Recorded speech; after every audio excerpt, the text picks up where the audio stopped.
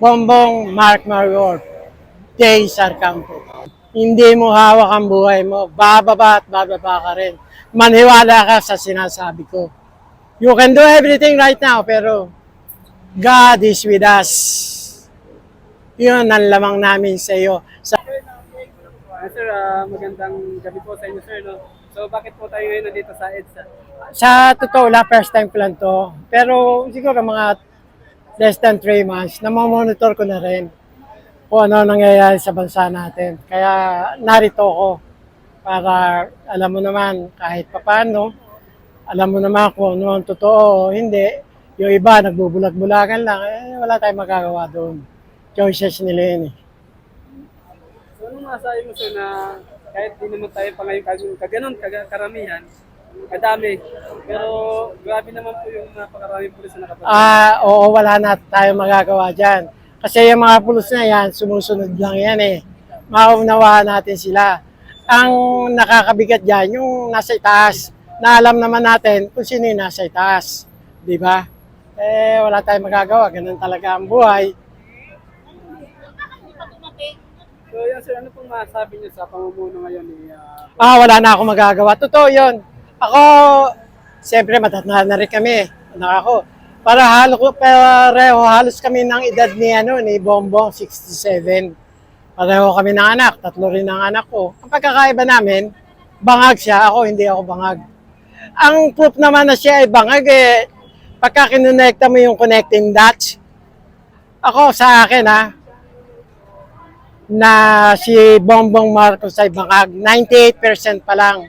Yung 2%, pagka nag-hair follicle test siya, yun ang 2% para maging 100%.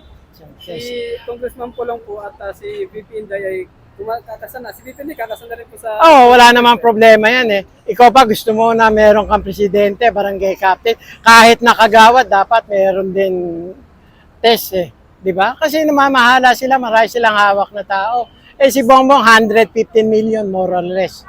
Tapos bangag ka. Tapos susubo pa tayo sa gera. Anong panalo natin? Ako pangkaraniwan lang akong mamamayan. Wala akong power. Wala rin akong pera kasi tanda na ako. Diba? Ganun lang naman yan ang buhay. Ang buhay hindi dapat dito sa ibabaw ng mundo. Bongbong. Pagdating ng panahon at para nagkita tayo sa kabilang buhay, baka mas maganda pa buhay ko sa iyo. Tandaan mo yan, hindi mo hawak ang buhay mo, bababa at bababa ka rin. Maniwala ka sa sinasabi ko. You can do everything right now, pero God is with us. Yun ang lamang namin sa iyo. Sabihin mo na si Goliath ka, okay lang. But Goliath was defeated by David. Bakit? Because God is with David. Yun lang yun. Siguro sa sobra bangag mo, hindi ka nagbabasa ng Biblia. Sa tingin mo kaya, bakit ayaw magpa... Siyempre, noong nga araw ng kagatingan, di ba, meron dito, alam nga naman yung bata na sinisipon. Meron naman bata sinisipon na kulay puti. Di ba? Simple, hair follicle test, ayaw. There is a reason behind it. May nag-comment dito, sir. Ano sabi? Tatang gising ka ba? Baka nagugutom ka lang. Okay lang yan. That is their choices eh. So, sir, ano pong masasabi nyo doon sa sinabi ng NEDA, secretary na... Alam mo, NEDA, ganito yan.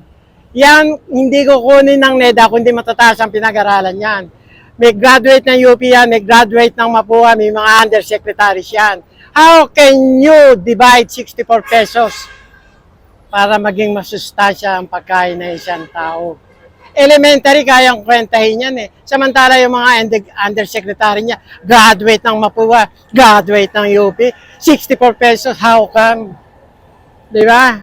Bakit nila ginawa 64 pesos? Para palabasin nila, kaunti na mahirap sa Pilipinas. Yun ang logic niyan.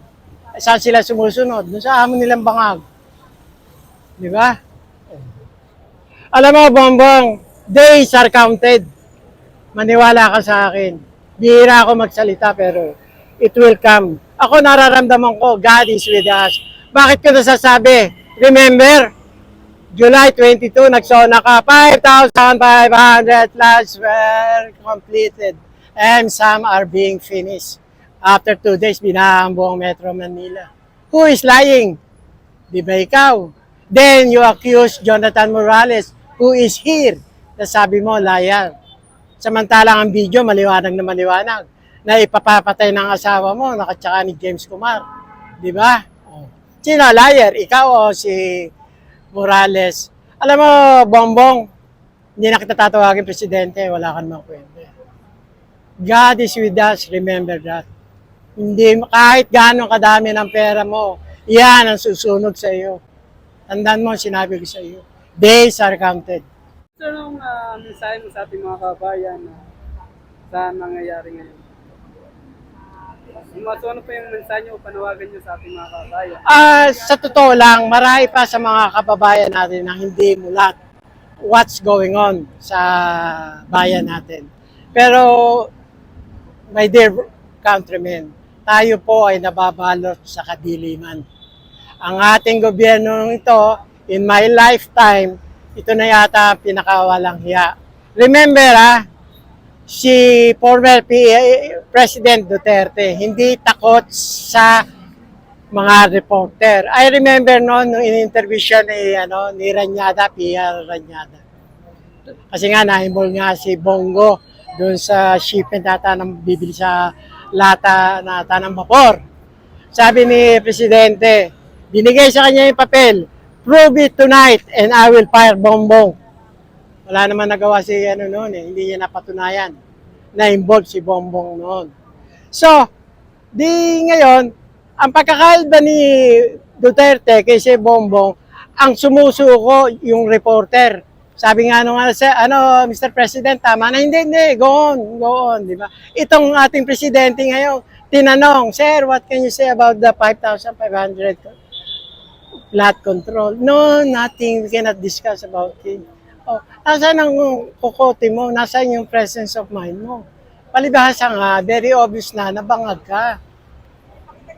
Bongbong, mark my word, days are counted.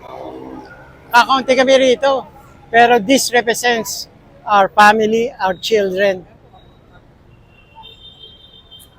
Wala akong magagawa sa iyo. You are surrounded by your Marami ng ebidensya na nagkukonekta na bangag ka. Even your inner circle. Ayaw nyo lang aminin. Bakit? Because of power and money. You want to hold the power forever. Yun. Sensya na po kayo Gulat sa producer kanina Kasi alam mo, sa totoo, if you are talking from the heart, talaga magiging emotional ka. Sini Bongbong ka, nakita ko umiyak, hindi. Kasi nga wala siyang wala siyang empathy sa tao. Kaya hindi mo makikita ng tulo ng luha. Si umiyak si Lisa. Kasi nga gusto mag-artista. So yan sir, nakita natin kanina sir, hinaharang yung mga... Alam mo sa totoo, yung mga pulis na yan, wala tayong magagawa dyan Nasa lower rank sila. Ang nagko-command sa kanila, nasa itaas. Ano magagawa natin? Nasa itaas ay walang hiya. Hindi mo naman pwedeng awayin yung mga yan, mga may pamilya yan. Kaya lang, nakaka-intimidate. Yung mga nakikita ko nga, maraming nakaitim dyan. Gustong bumaba, sabi, huwag tayong bumaba, maraming pulis, di ba? Wala tayong magagawa Ganun talaga. It's a chase game. It's a chase game. They know how to play. Talagang ganun. Pero pagka nasa iyo ang katotohanan, no matter what, papanalo natin itong laban na ito. Sir, may tatanong pa ako sir. Kasi meron tayong narinig na balita na ipapa-impeach daw si Vice President Inday. Alam mo, that is how they play the game. Kasi nga nakapokus, meron pang quad na sinasabi nag-iimbestiga, di ba? Di ba? Katulad ng ginawa nila kay Binay, di ba? Ganun lang yan Pero kung tutusin mo, dapat sila imbestigahan Bakit hindi maimbestigahan? Di ba? Kasi nga, hawak nila yung power, hawak nila yung pulis, di ba? Wala tayong magagawa dyan. Nasa kanila pa ngayon ang laban, wala tayong magagawa. But the end game, sa atin yan. Maniwala ka. God is with us. Nararamdaman ko yan. Okay na? Salamat sir. Okay, thank you. Salamat po sir.